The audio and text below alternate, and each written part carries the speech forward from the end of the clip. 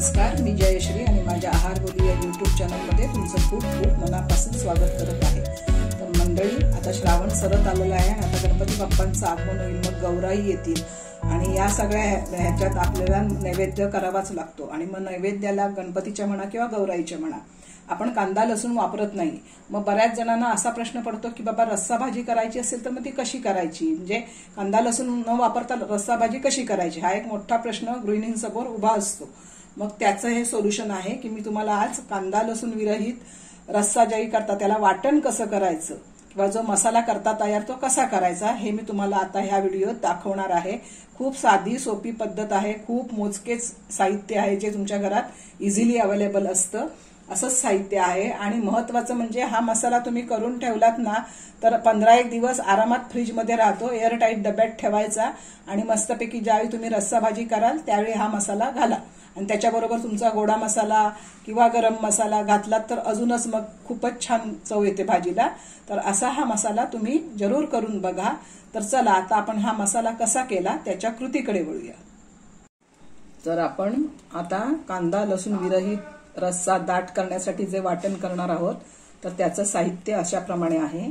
ह्या 1 वाटी सुक्या खोबऱ्याचा किस आहे, त्याच्यानंतर अर्धी वाटी कोथिंबीर आहे, ताजी कोथिंबीर, आणि पाव वाटी कढीपत्ता पानं फक्त, त्याच्यानंतर हे 1 टेबलस्पून डाळवं आहे किंवा जी फुटाण्याची डाळ म्हणतात ती, त्याच्यानंतर 1 टीस्पून खसखस आहे आणि 2 टीस्पून तीळ आहे। तर एवढंच साहित्य आहे। तर आता आपण इथे गॅसवर कढई गरम करत ठेवलेली आहे आणि त्याच्यात अगदी थोडं 1 ते 2 एकच टीस्पून एवढं तेल घालणार आहोत।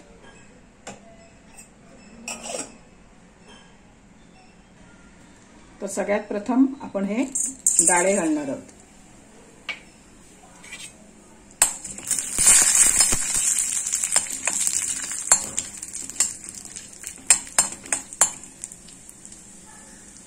आता हे आपले डाळे थोडे 1 ते 2 मिनिट भाजल्यावर नंतर आपण ह्याच्यात हे सुकं खोबरं घालणार आहोत।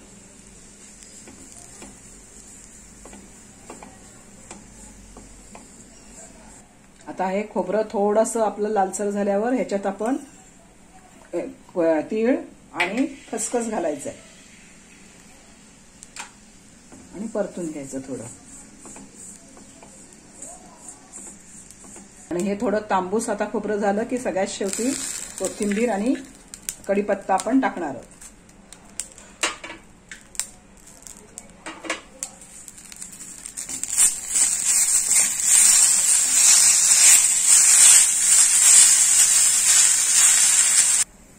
हे बघा, आपल्याला असं अगदी छान खरपूस ते अजून खोबरं लाल झालं पाहिजे इथपर्यंत आपल्याला हे भाजायचं आहे।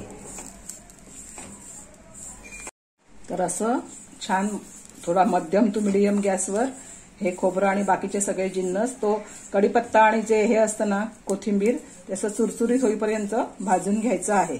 आणि इथे आपलं आता हे छानपैकी तांबूस रंगावर भाजून झालेलं आहे। तर इथे मी आता हे खाली उतरून ठेवलेलं आहे आणि आता आपण ह्याला थोडं थंड होण्याची वाट बघूया। तर इथे आपलं हे मिश्रण आता बऱ्यापैकी थंड झालेलं आहे आणि आता आपण ते मिक्सरमधून काढणार आहोत। पण एक काम करा, पहिल्यांदा नुसतं कोरडंच फिरवा आणि मग त्याच्यात पाणी ओता।